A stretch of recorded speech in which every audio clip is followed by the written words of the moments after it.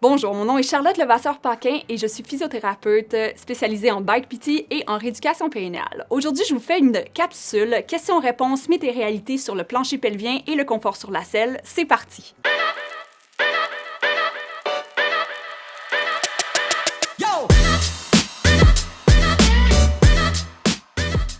Premier mythe ou réalité, c'est normal d'avoir des douleurs sur la selle, c'est inévitable et normal d'avoir des engourdissements après 2 heures de vélo.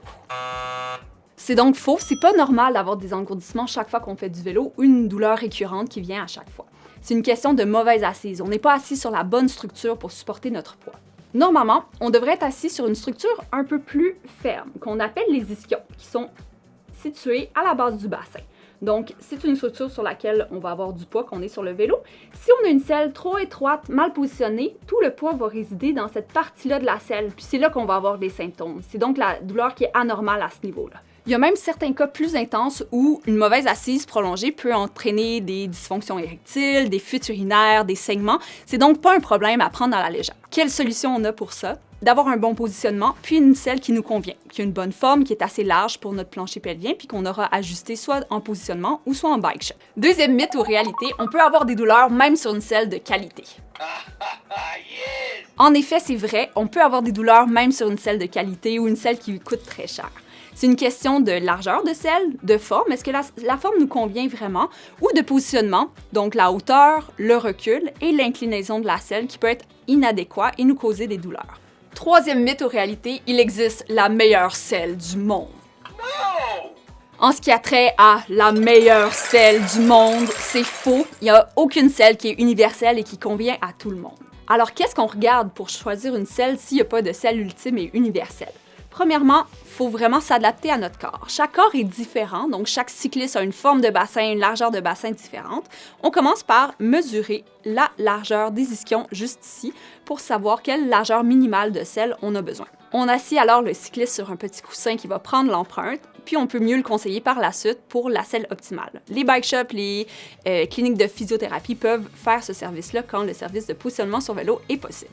Autre point important, le type de selle. Est-ce qu'on veut une selle plate et droite? Est-ce que ce qui nous convient mieux, c'est une selle en hamac? Est-ce qu'on veut des rebords plus abrupts, moins abrupts, plus arrondis? Ce sont tous des formes de selles qui sont disponibles en magasin et on doit faire des tests pour voir qu'est-ce qui nous correspond le mieux, qu'est-ce que notre corps aime le mieux et où est-ce qu'on trouve notre confort. Parfois même, le tissu de la selle peut influencer notre confort.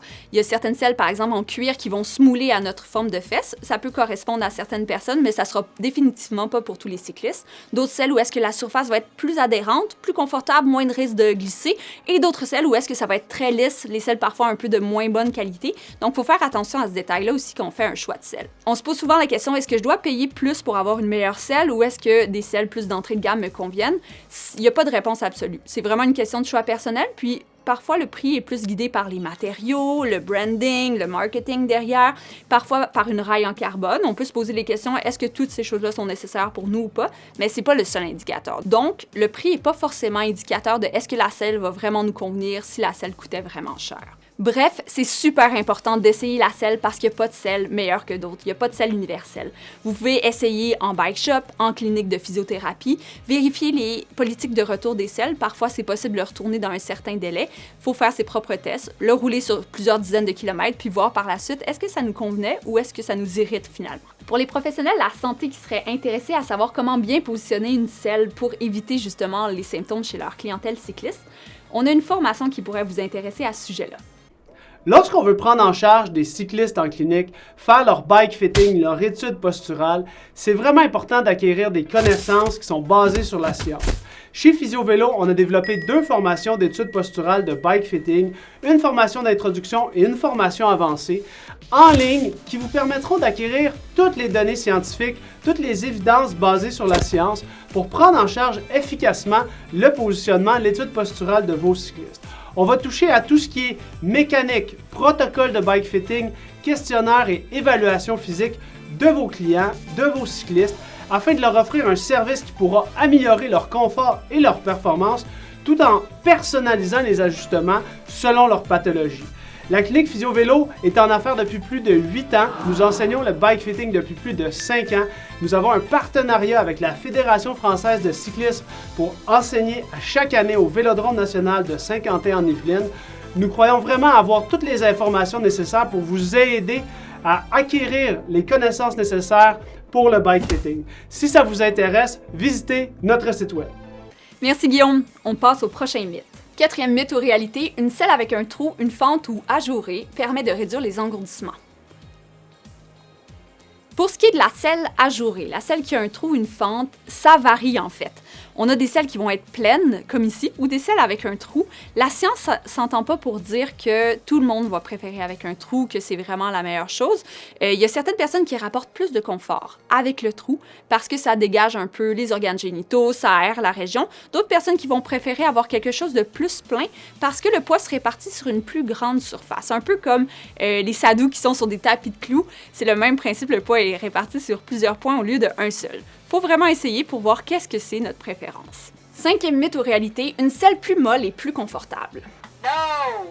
Parfois, une selle molle mais de moindre qualité aura un tissu plus mou qui va s'affaisser et peut devenir dur finalement parce qu'il est compacté sur lui-même. Aussi, les selles molles parfois sont plus larges. Pas tous les modèles, mais il y en a certains qui vont être plus larges dans l'entrejambe ou même vers les fesses et ainsi créer des frottements au pli fessier, à l'entrejambe, dans l'aine. On peut voir des usures prématurées du cuissard au niveau là, du frottement avec la selle. Donc, c'est à considérer si jamais vous vous sentez confortable avec une selle, vérifiez qu'il n'y ait pas ces frottements-là. Et à l'opposé, est-ce qu'une selle très dure est forcément mieux? Encore une fois, la réponse varie. Si une selle est très dure, assurez-vous au moins que les matériaux ont une bonne qualité, donc qu'il y a un minimum d'absorption, parce que quelque chose de dur comme du bois, ça sera évidemment trop dur pour nos contacts osseux. Par contre, c'est pas forcément plus c'est dur, mieux c'est, plus c'est mou, mieux c'est vraiment une question d'équilibre et de choix personnel. Il faut pas oublier que quand on est sur le vélo, la selle prend au moins 50% de notre poids. Parfois un peu plus, parfois vraiment 50%. Donc, il faut s'assurer d'être vraiment confortable dans notre assise pour éviter qu'on soit tenté de mettre plus de poids sur les mains. Sixième mythe ou réalité, j'ai absolument besoin d'une selle de triathlon pour faire du triathlon. Non, non, non! Pour faire du triathlon, on n'a pas absolument besoin d'une selle de triathlon, bien que ça puisse aider certaines personnes. Une selle de triathlon, qu'est-ce que c'est? C'est une selle qui va avoir une forme un peu plus courte et souvent plus étroite. Dans quel but est-ce qu'on fait ça? C'est qu'en triathlon, souvent, le cycliste va être un peu plus vers l'avant. Donc, il va avoir un centre de masse un peu plus vers l'avant-roue, ce qui fait que notre poids se déplace aussi sur la selle. La selle étant plus courte, parfois, ça peut dégager les organes génitaux. Puis, on est plus étroit parce qu'en étant plus avancé, notre bassin est plus incliné et permet une assise un peu plus étroite. Est-ce que c'est la seule chose à privilégier pour faire du triathlon? Pas forcément, parce qu'il y a plusieurs personnes qui vont être quand même confortables avec une selle régulière. C'est vraiment une question de bassin et de positionnement. Si vous êtes bien positionné, parfois une selle normale peut faire l'affaire. Parfois, les gens vont vraiment avoir besoin d'une selle plus courte. Il faut essayer pour voir qu'est-ce qui vous convient. Septième mythe ou réalité, il y a des selles pour les hommes et des selles pour les femmes. Non! C'est majoritairement faux, il n'y a pas tout à fait de selle seulement pour les femmes et seulement pour les hommes. Certaines marques vont utiliser ça comme branding pour nous dire qu'on doit avoir un trou ou pas de trou pour les hommes ou pour les femmes. Certaines marques vont se contredire carrément, ils vont dire l'inverse. Ce sont basés habituellement sur des suppositions anatomiques qui ne sont pas toujours vérifiées.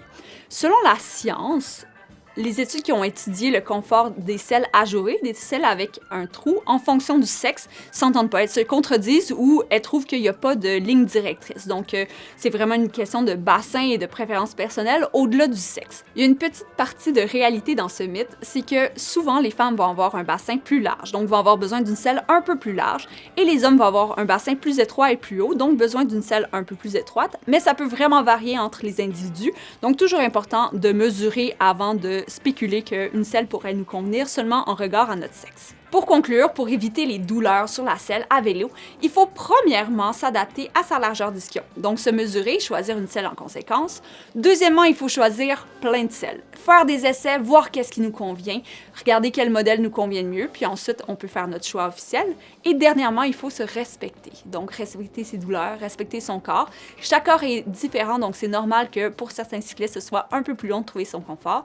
Rappelez-vous que c'est important de trouver chaussures à votre pied ou plutôt celles à votre fesse. Pour plus de conseils de positionnement, je vous recommande de suivre notre chaîne YouTube Physio Vélo. Bon vélo!